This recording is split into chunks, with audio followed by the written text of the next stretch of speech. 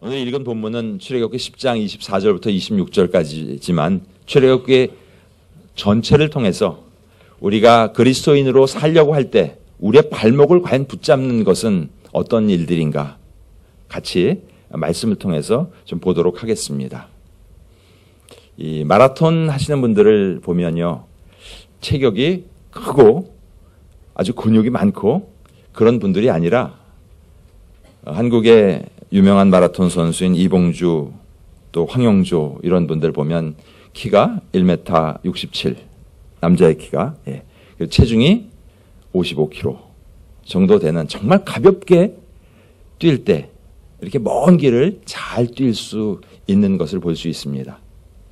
그분들은 체중 1kg를 감량하면 마라톤 시간 5분을 단축할 수 있다는 그런 생각으로 그 체중에서 더 감량을 하며 더 열심히 이렇게 훈련을 해 나가고 있습니다. 몸이 가벼워야지 먼 길을 잘 갈 수 있습니다. 우리 여행할 때도 이것도 가고 저것도 갖고 가고 다 가져가고 싶지만 그렇게 여행을 다니시면 어떠신가요? 여행 다니시다가 고생만 참 많이 하시죠. 짐 끌고 다니느라고. 가볍게 여행하실 수 있기를 축복합니다. 우리의 신앙생활 또한 역시 마찬가지입니다. 무엇인가 많이 가지고 다니려고 할 때, 또 때로는 세상이 우리를 그렇게 붙들면서 우리의 신앙생활을 잘하지 못하게 우리를 묶는 그런 일들이 있습니다. 때로는 밖에서 우리를 협박하기도 합니다. 때로는 우리 안에서 이렇게 해도 될까? 그런 두려움 때문에 우리가 신앙생활 할 때 여러 가지로 안팎으로 우리가 신앙생활 잘하지 못하도록 우리를 그렇게 힘들게 합니다. 히브리서 12장 1절 같이 한번 읽겠습니다. 이러므로 우리에게 구름같이 둘러싼 허다한 증인들이 있으니 모든 무거운 것과 얽매이기 쉬운 죄를 벗어버리고 인내로서 우리 앞에 당한 경주를 하며 그리스도인으로 살아갈 때 우리를 힘들게 하는 것들이 과연 무엇인가? 우리를 무겁게 하는 일들이 있습니다. 무거운 것들.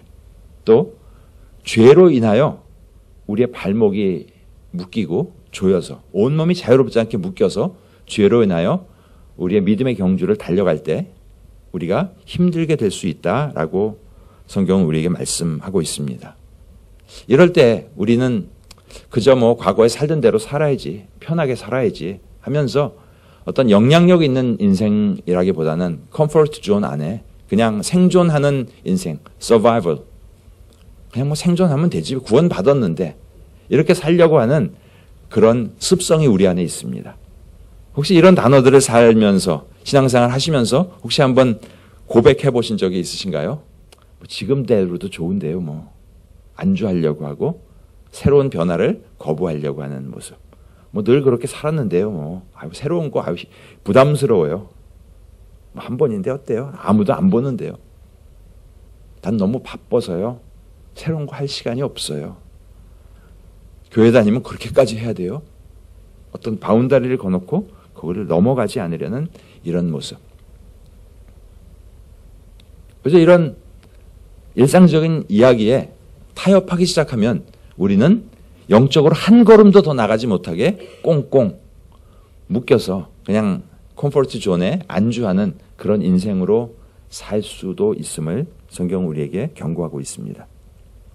출애굽기는 아시는 것처럼 출애굽, 애굽에서 출발하는 엑소도스, 애굽에서 출발해서 어디로 가죠?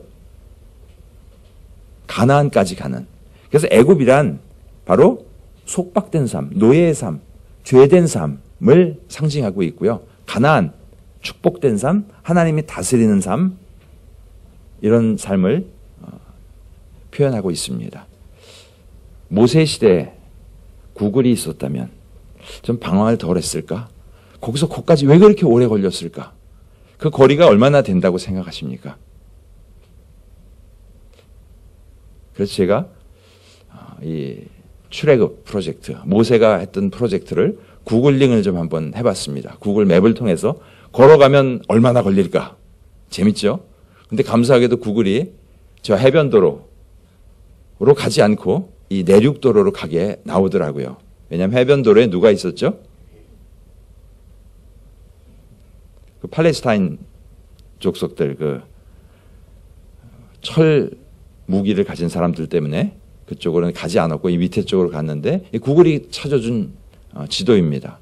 710km, 146시간, 하루에 8시간씩 주일날 예배드리고 이렇게 걸어가면 딱 3주만이면 갈 수 있는 이 람세스에서 지금 현재 지명으로는 타니스라고 하는 지명에서 예루살렘까지 이 거리가 과연 그렇게 먼 거리가 아닌데 왜 그렇게 오래 걸렸을까?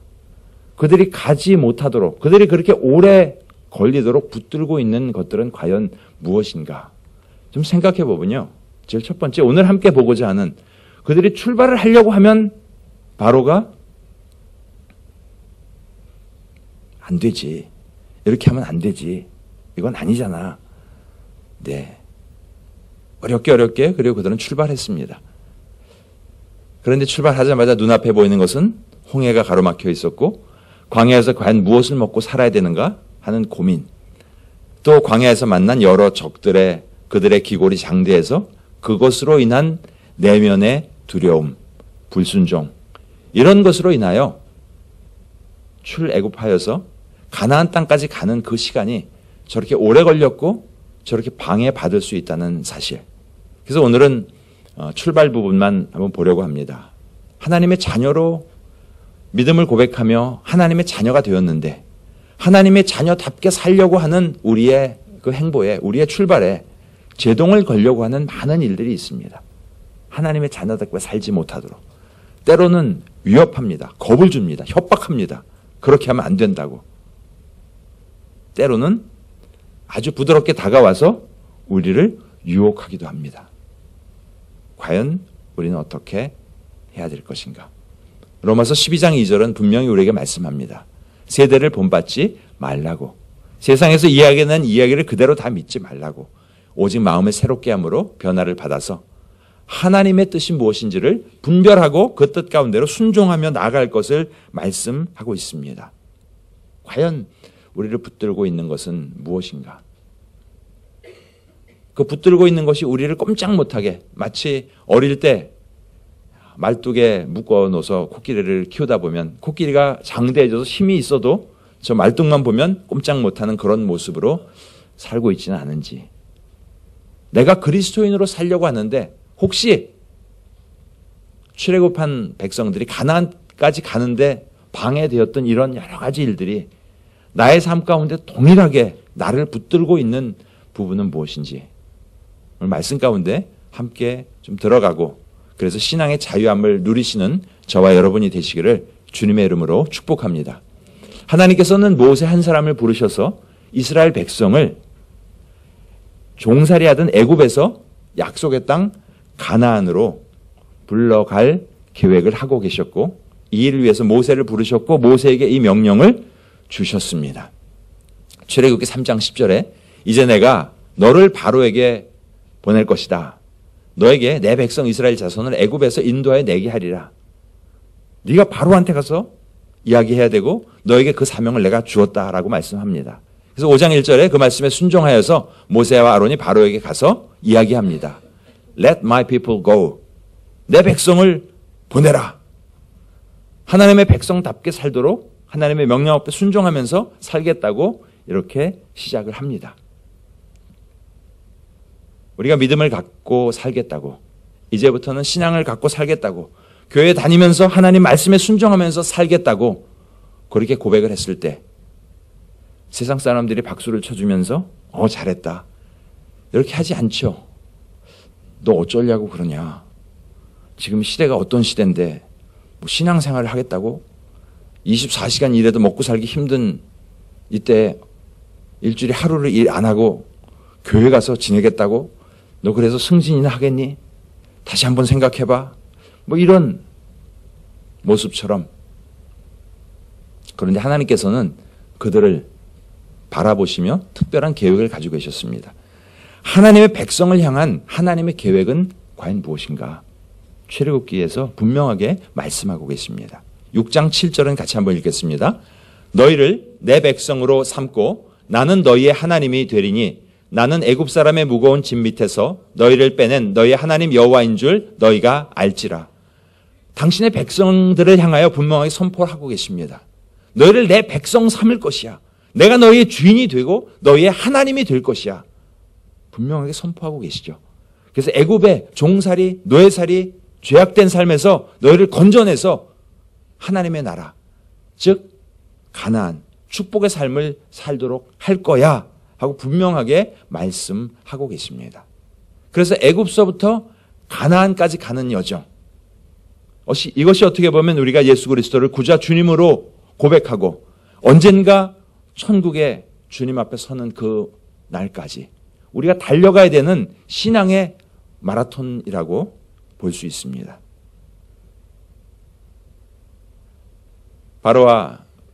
모세와 아론이 바로에게 가서 Let my people go, 내 백성 보내라 라고 이야기했을 때 어떻게 반응합니까?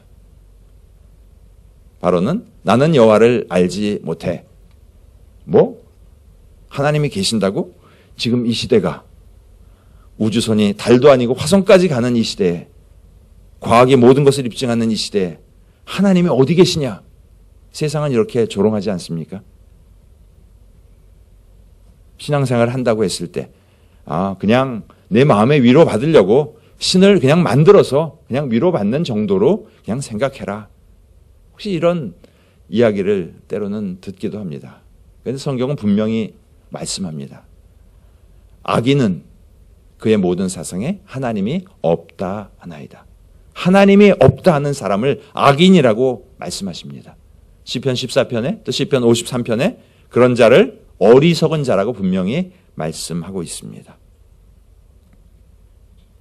하나님께서 모세를 통해서 애굽의 재앙을 한두 개 겪게 합니다. 그러고 났더니 조금 이제 바로의 태도가 바뀌죠. 그래? 가서 제사를 드리긴 드리되 이 땅에서 드려라. 먼데 갈 필요 있냐? 그냥 여기서 드리면 되지 않느냐?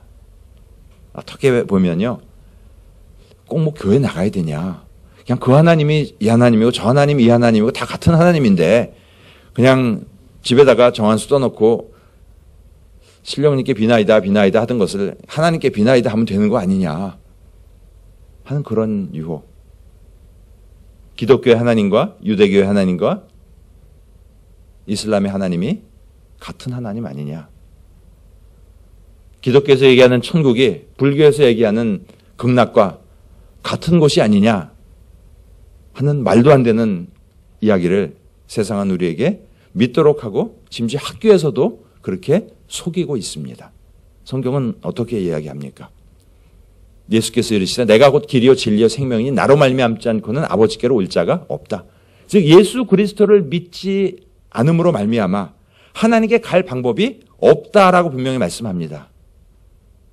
그런데 이슬람에서도 유대교에서도 예수 그리스도를 믿으라는 이야기가 없습니다. 예수 그리스도가 유일한 구세주이시오 예수 그리스도가 하나님이심에 대한 이야기가 없습니다. 그렇다면 그들이 이야기하는 하나님이 우리가 믿는 하나님과 절대로 같을 리 없다는 사실. 길이 없기 때문에 갈 수 있는 방법이 없다는 사실. 사도행전 4장 12절에 다른 이로서는 구원을 받을 수 없나니 천하 사람 중에 구원을 받을 만한 다른 이름을 우리에게 주신 일이 없다 분명히 말씀하고 있습니다. 절대로 세상에 어떤 종교가 여러 길이 있는데 그 중에 한 길이 기독교니까 너는 기독교를 통해서 하나님께 가고 다른 사람이 이야기하는 그 종교의 길을 인정해 달라고 하는 그러한 이야기를 우리는 절대로 받아들일 수도 믿을 수도 없다는 것을 여러분 기억하시기 바랍니다. 이슬람이 이야기하는 하나님, 유대교가 이야기하는 하나님, 절대로 우리가 믿는 하나님과 같지 않습니다. 왜냐하면 그들이 이야기하는 것을 통해서 길이 없기 때문에. 10년쯤 전에 홍콩에서 제가 겪었던 일입니다. 교회 강사가 오셨는데 본인이 영어를 잘하니까 알아서 택시를 타고 오시겠다고. 근데 그때 숙소를 디스커버리 베이 안에 있는 어느 집에다 이렇게 정해놨습니다. 근데 이분이 공항에서 택시를 타고 디스커버리 베이 태워다 달라고 했더니 택시가 디스커버리 베이를 태워주겠다고 타고 가고 있다고 어디쯤 오셨냐고 연락을 아무리 해도 나 택시 타고 가니까 걱정하지 말냐고 근데 아시는 것처럼 10년 전에는 디스커버리 베이에 택시가 들어갈 수 없었습니다. 그래서 제가 당장 택시기사에게 다시 공항으로 가서 내려달라고 이야기하시라고, 그분에게 사기당하신 것이라고, 도저히 갈 수 없는 길을 어떻게 택시를 타고 거길 가냐고, 공항 다시 가서 내려서 저를 기다리라고. 그래서 제가 다시 공항에 가서 그분을 만나서 모시고 배를 타고 디스커버리 베이에 모셔다 드린 적이 있습니다. 이처럼 세상은요, 이 종교에도 저 종교에도 구원이 있다고 이야기합니다. 자기의 유익을 위해서. 그러나 사실 요한복음 14장 6절, 사도행전 4장 12절에서 분명히 선포하고 계십니다. 다른 길은 없다. 그렇다면 다른 종교에는 구원이 없다. 분명히 성경은 우리에게 말씀하고 있습니다. 자, 여기까지는 그래도 어느 정도 기초로도 알고 계시죠. 근데 문제는 지금부터 시작입니다. 신앙생활을 하겠다고 바로가 조금 더 재앙을 겪고 나서 조금 마음을 늦추죠. 그때 이제 이렇게 이야기합니다. 그래? 가서 예배를 드려야 되겠다고? 그래, 가서 예배 드려. 그런데 너무 멀리 가진 마라. 혹시 그런 얘기 들어보신 적 없으세요? 그래, 교회가? 그래, 교회가 좋지. 나를 위해서도 기도해줘. 너무 깊이 빠지지는 말어. 제가 처음에 불교 집안이었던 저희 집안에서 제가 교회를 나가기 시작했을 때 제가 집안에서 들은 이야기도 합니다. 그래, 교회 다녀. 뭐 부처님도 축복 주시고 하나님도 축복 주시고 우리 집 잘 되겠지.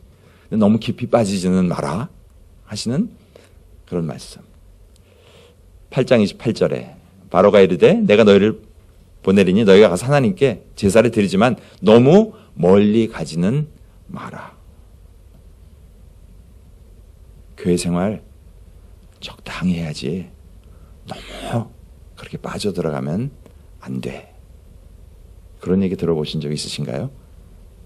이런 이야기에 타협하면 우리는 온전한 신앙생활을 하지 못하게 됩니다. 결국 신앙에서 떠나버리게 된다는 사실. 가이사라 빌립보에서 예수님이 제자들에게 물어보시죠. 사람들은 나를 누구라 하느냐? 그때 사람들은 이렇게 이야기합니다. 당신은 엘리야요, 또 사도 요한이요, 선지자라고 이야기합니다. 네, 세상에서 우리가 예수님을 훌륭한 종교 지도자요, 기독교를 창시한 분이라고, 그래서 내가 기독교를 믿는다고 이야기했을 때 사람들은 돌 던지지 않습니다. 그냥 내버려 둡니다. 착하게 살아, 선하게 살아, 예수님이 사셨던 것처럼 살아, 이렇게 이야기하고, 예수님이 4대 성인 중에 한 분이라고 이야기했을 때 어느 누구도 돌 던지면서 잘못된 이야기라고 말하지 않습니다. 그러나 우리의 신앙이 예수님이 하나님이심을 고백하며 진짜 신앙인으로 살겠다고 했을 때 세상은 우리에게 돌을 던지며 우리가 온전한 신앙을 고백하지 못하도록 우리를 붙들고 나갑니다. 마태복음 16장 14절에 이렇게 사람들이 대답했죠. 근데 베드로가 주는 그리스도시요 살아계신 하나님의 아들이십니다. 이렇게 교회는 나오지만 영적인 것에 관심이 없고 그냥 사람 만나고 그냥 좋은 설교, 교훈처럼 듣고 좋은 사람들 만나고 교회에서 그냥 밥 먹고 친교하다가 그냥 떠나는 그런 모습. 마태복음 23장에 보면 성경에 나와 있는 종교 지도자들의 모습입니다. 겉으로는 그럴듯하게 종교적인 의식과 행위가 가득 차 있지만 속으로는 하나님에 대한, 예수님에 대한 믿음이 없고 헌신이 없는 그런 모습. 이사야서 1장 12절에 그런 자들을 바라보면서 이렇게 질책하십니다. 너희가 내 앞에 보이러 오니 이것을 누가 너희에게 요구하였느냐? 내 마당만 밟을 뿐이니라. 혹시 일부 예배에 나오신 성도님 중에서는 교회 마당만 밟고 가시는 분이 없으시기를 주님의 이름으로 축복합니다. 진정한 예배자로, 주님이 기뻐하시는 예배자로, 예수 그리스도가 누구이신가, 그분이 나를 위하여 하신 일이 무엇인가를 믿음으로 고백하며 주님을 친밀하게 만나며 나가실 수 있는 한 분 한 분 되시기를 주님의 이름으로 축복합니다. 온 마음 다하여, 성경은 온 마음을 다하여 여호와를 사랑하라고 말씀합니다. 세상은 교회 생활 적당히 해, 너무 빠지지 마라고 이야기하지만 하나님은 성경을 통하여 우리의 마음을 다하고 뜻을 다하고 힘을 다하여 내 하나님 여호와를 사랑하라 말씀하고 있습니다. 하나님을 사랑하는 것, 우리가 예배자로 나가는 것 어디까지 해야 되는가? 목숨이 다하기까지 하라고 말씀합니다. 처음 신앙생활을 시작했을 때 참 집에서 반대가 별로 없었습니다. 그러나 점점 열심히 신앙생활을 할 때 바로 이제 집안에서의 전쟁이 시작되었습니다. 오늘 아까 함께 불렀던 어느 민족 누구게나 결단할 때 있나니, 그때 제가 기도하면서, 저희는 제사를 참 1년에 여러 번씩 열심히 지내던 집안이었기 때문에 이 제사를 계속 지내야 될 것인가, 아니면 하나님의 자녀로서의 정체성을 부모님과 가족들에게 분명히 이야기하고 이제 제사를 끊어야 될 것인가 고민하며 기도하며 금식 기도하며 30일 약정 기도하며 계속 기도만 하고 있었습니다. 말은 하지 못하고. 왜냐하면 호적에서 잘릴까 봐. 그때 주셨던 말씀이 내가 섬길 자를 오늘 택하라. 그 말씀에 기초하여 나온 찬양이 바로 이 찬양입니다. 어느 민족 누구게나 결단한 때가 있나니. 내가 하나님의 자녀인데 하나님의 자녀답게 살 것인가? 아니면 신분을 속이고 세상 사람들과 똑같은 모습으로 그냥 그저 그렇게 평범하게 그렇게 살 것인가? 주님은 우리를 위하여 모든 것을 내어주셨는데 나는 그 주님을 위하여 어떻게 고백하며 세상에서 살아야 될 것인가? 혹시 교회 나오셔도 영적인 것, 또 때로는 목사님과의 거리는 안전거리가 필요해 3m 이내에 접근 안 함. 혹시 이러시면서 나오시진 않습니까?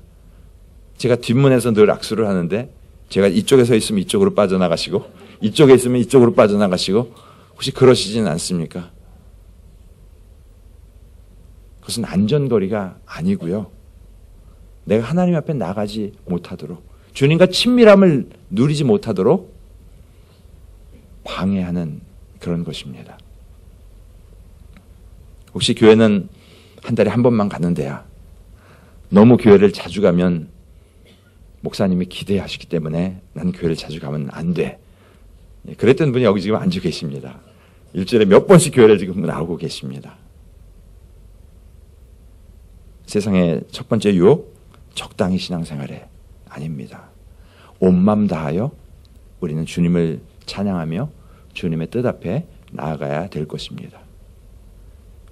자, 바로가 조금 더 많은 재앙을 통해서 어려움을 겪게 되었을 때 그렇게 이야기합니다. 그래, 멀리 가서 예배 드려. 그런데 애들 데려가지 말고 양과 소 가져가지 말고 남자 어른들만 갔다 와. 10장 11절입니다. 그렇게 하지 말고 너희 장정만 가서 여호와를 섬기라. 이것이 너희가 구하는 바니라. 장정만 가면 어떻게 되나요? 그들이 약속의 땅으로 들어갈 수 있나요? 처자 남겨놓고 재산 다 남겨놓고 갈 수 없죠. 결국 발목에 붙잡혀서 약속의 땅에 가지 못하게 된다는 사실.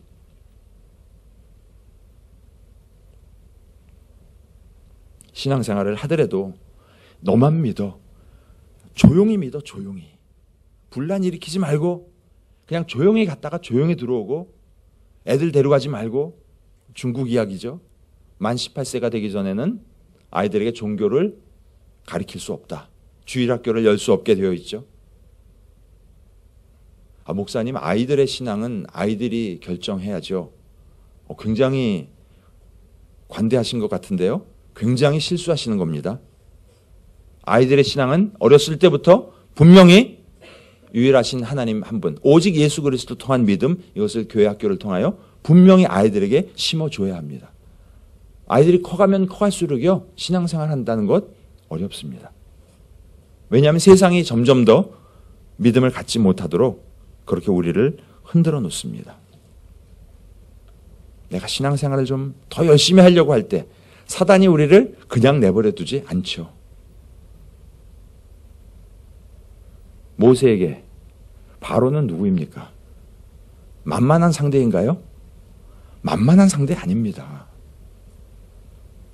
우리가 사는 세상은 만만한가요? 만만하지 않습니다. 모세는 어떻게 보면 우리가 사는 세상과도 같습니다. 우리 시어머니와도 같습니다. 시아버지와도 같습니다. 시어머니, 시아버지 만만하신가요? 만만하지 않으시죠? 예. 왜 만만하지 않으세요? 직장에 여러분 보스는 어떻습니까? 만만하신가요? 만만하지 않습니다. 우리에게는 만만하지 않습니다. 그러나 우리가 믿는 하나님께는 아무것도 아닙니다. 그러나 세상은 우리의 권위자, 때로는 부모님, 때로는 직장의 윗사람을 통하여서 우리가 온전한 신앙생활을 하지 못하도록 직장에서는 종교 이야기는 금물이야 하는 규정. 아무에게도 전도하지 말고 너만 조용히 믿어. 사단은 우리를 그렇게 잠잠하도록 만들어 놓고 있습니다. 근데 성경은 어떻게 말씀합니까? 우리가 하나님의 자녀 되었다면 우리는 다른 사람을 위한 복이 되어야 합니다. 우리가 받은 복음을 유통하는 유통자가 되어야 하고 우리에게 주신 축복, 이 축복을 나누는 그런 축복의 유통자가 되어야 되고 고린도후서에 보면 그리스도의 향기고 그리스도의 편지여야 합니다. 즉 입이 도저히 가만히 있을 수 없는 상황이 되어야 그것이 지극히 정상적인 그리스도인입니다. 내가 복음을 전하지 않고 그냥 나만 믿고 조용히 아무에게도 배우자에게도 자녀에게도 복음에 대한 이야기를 하지 않는다면 즉 영적으로 벙어리가 되어 있다면 나는 과연 건강한 신앙인이 아니다라는 것을 성경은 분명히 이야기하고 있습니다.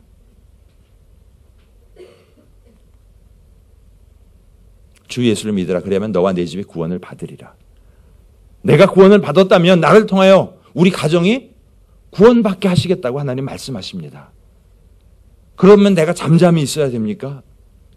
야단을 맞아도 이야기를 해야죠. 또 이야기하고 또 이야기하고 그 이야기 좀 그만해. 집안에서 예수님 이야기 좀 그만해. 야단을 맞아도 그만할 수 없는 계속해서 말해야 되는 것이 바로 우리의 사명이요 우리의 부르심이라는 사실. 우리가 잠잠하면 그것은 하나님 앞에 범죄하는 것이요. 잠잠하면 하나님이 원하시는 삶이 아닌 것을. 내가 잠잠히만 있다면 나는 진정 그리스도인이 아닐 수도 있다는 것을 우리는 기억해야 합니다. 에밀 브루너라는 선교학자가 이렇게 이야기합니다. 교회, the church exists by mission. 교회가 존재하는 것은 사명이 있기 때문이다. 마치 불꽃이 타야 불꽃인 것처럼. 만약 선교하지 않는다면 그것은 더 이상 교회가 아니다. 무슨 이야기입니까? 내가 복음을 증거하지 않는다면 나는 그리스도인이 아니다라는 것을 분명하게 이야기하고 있습니다. 물론 권위자들로부터 심한 압박이 옵니다. 처음 주님을 만나고 너무 뜨거워서 외할머니에게, 외삼촌에게 마구 전하려고 했을 때 가장 어려운 점은 외할머니와 외삼촌의 어려움이 아니라 저희 어머니로부터 오는 어려움이었습니다. 너 왜 우리 집안에 분란을 일으키려고 하니? 너희만 좀 조용히 믿으면 안 돼? 너희 교회 다니는 거 내가 뭐라고 안 그랬는데 왜 그렇게 자꾸 분란을 일으키려고 하냐고. 시어머니가 그쯤 나오면 세게 나오신 거 아닌가요?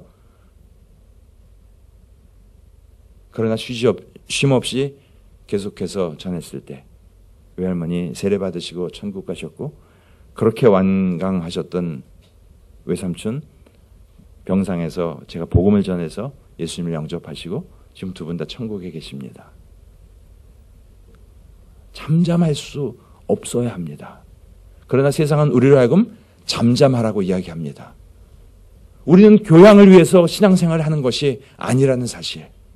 내게 주신 그 생명, 그것을 전해야 되는 사명을 우리에게 분명히 주셨다는 것을 우리는 기억하며 나가야 하겠습니다. 나를 통하여 우리 가정이 변화되기를 원하고 계십니다. 나를 통하여 내가 속한 회사가 변화되기를 하나님 원하고 계십니다.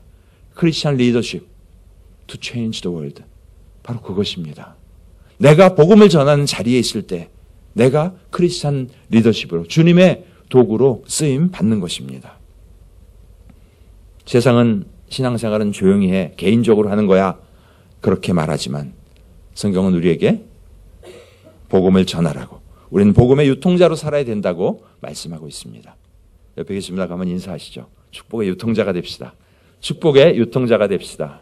우리 올해의 비전, 미션입니다. 축복의 유통자로 사시는 저와 여러분이 되시기를 주님의 이름으로 축복합니다. 이제 마지막으로 세 번째입니다. 그래, 계속해서 재앙이 찾아오자. 그래, 아이들까지 다 데리고 가. 그런데 양과 소는 두고 가라. 오늘 함께 읽었던 10장 24절이죠. 바로가 모세를 불러 이르되 너희는 가서 여호와를 섬기되 너희 양과 소는 머물러 두고, 양과 소는 머물러 두고. 이것을 어떻게 보면 좋을까요? 세상은 세상이고 신앙은 신앙이고, 너무 신앙생활 한다고 다 올인하지는 마라. 너희를 결국 지켜줄 것은 내가 가진 재산이고 내가 가진 재능이고, 신앙과 삶을 이원론적으로 분리해서 살도록 합니다. 교회에서는 멋진 크리스천인데 세상에 나가면 저 사람이 그리스도인인지 아닌지도 분간하기 어려울 만큼 세상 사람들과 똑같이 사는 그런 모습, 돈이라면 모든 수단과 방법을 가리지 않고 달려드는 그런 모습, 그렇게 살도록 유혹하고 있습니다. 주일 성수 다 하고 11조 하고 그래서 어떻게 삶이 되겠어? 그렇게 헌금해서 너 나중에 노후에 어떻게 살려고 그래? 하는 그런 이야기들. 물질은 하나님께서 우리에게 축복으로 주신 것인데 우리가 스스로가 물질의 주인이 되고자 할 때 오히려 거꾸로 물질의 종이 될 수 있습니다. 마가복음 10장 21절 22절에는 재물이 많은 사람이 주님 앞에 따르겠다고 왔을 때 그거 다 팔아서 가난한 자들에게 주라. 그랬을 때 그 사람은 재물이 많은 거로 이 말씀으로 인하여 슬픈 기색을 띠고 근심하며 가니라. 물질이 많은 것이 오히려 축복이 아니라 하나님 앞에 나가는 것에 장애물이 될 수 있음을 성경 우리에게 경고하고 있습니다. 신앙생활은 가정생활과 직장생활과 분리되는 것이 아닙니다. 가정생활 안에서 신앙생활을 하는 것이고 직장 안에서 신앙생활을 하는 것이고, 마태복음 13장 5장 13절 14절에서 말씀합니다. 너희는 소금이고 너희는 빛이다. 그런데 너희가 교회 안에 소금이고 교회 안에 빛이라고 말씀하고 있지 않고 세상의 소금이라고. 그 레베카 폴펫이라는 분이 쓰신 책 제목이 Salt out of salt shaker, 빛으로 소금으로라고 하는 우리 제자훈련 필독서 중에 하나인데요. 소금이 소금통 안에서 네가 굵으냐 내가 굵으냐, 네가 하얗냐 내가 하얘냐, 네가 더 짜냐 내가 더 짜냐, 그러라고 소금이 있는 것이 아니라 소금이 존재하는 이유는 소금통 바깥으로 나가서 세상에 부패하지 않도록, 교회 안에서 네 찬양하는 모습이 멋있냐 내 찬양하는 모습이 멋있냐, 네가 목소리가 좋으냐 내가 목소리가 좋으냐가 아니라 세상에 나가서 세상의 빛을 전하는, 복음을 전하는 자로 우리를 부르셨다는 사실을 우리는 기억해야 하겠습니다. 이원론적으로 생각하는 것이 아니라 하나임을 우리는 기억하며 나가야 하겠습니다. 말씀을 정리합니다. 바로가 과연 이야기하는 것이 무엇일까? 세상의 관습이고 세상의 문화고 세상의 권력이고 우리가 처한 환경이고 우리를 하나님의 자녀답게 살지 못하도록 우리를 붙잡는 유혹일 수 있습니다. 우리의 권위자일 수 있습니다.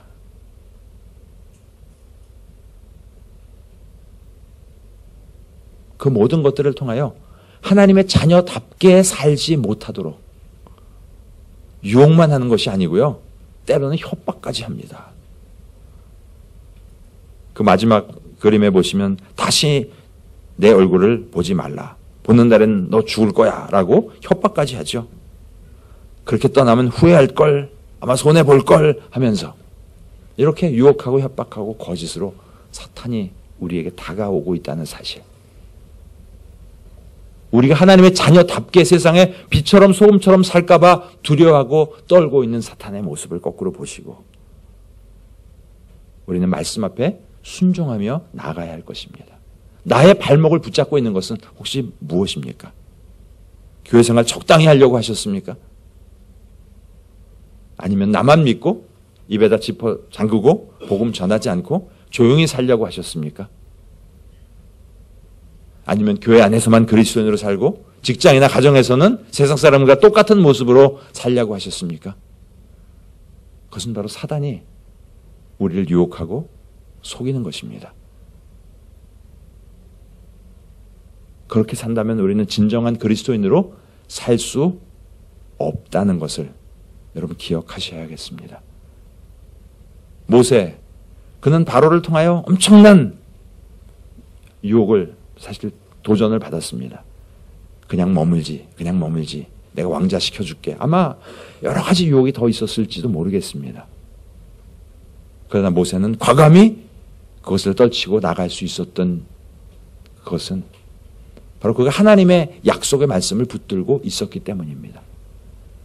나는 나의 백성을 이끌어내어서 그들의 하나님이 될 것이다라는 그 분명한 약속을 모세는 마음속에 품고 있었기 때문에 이 모든 유혹을 다 물리치고 이겨내고 약속의 땅으로 출발을 할 수 있었습니다.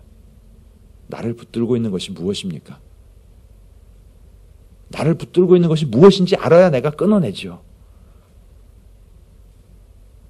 그것을 끊어내시고 주님이 기뻐하시는 참 그리스도인의 삶으로 나가셔서 주님 앞에 영광 올려드리시는 저와 여러분이 되시기를 주님의 이름으로 축복합니다.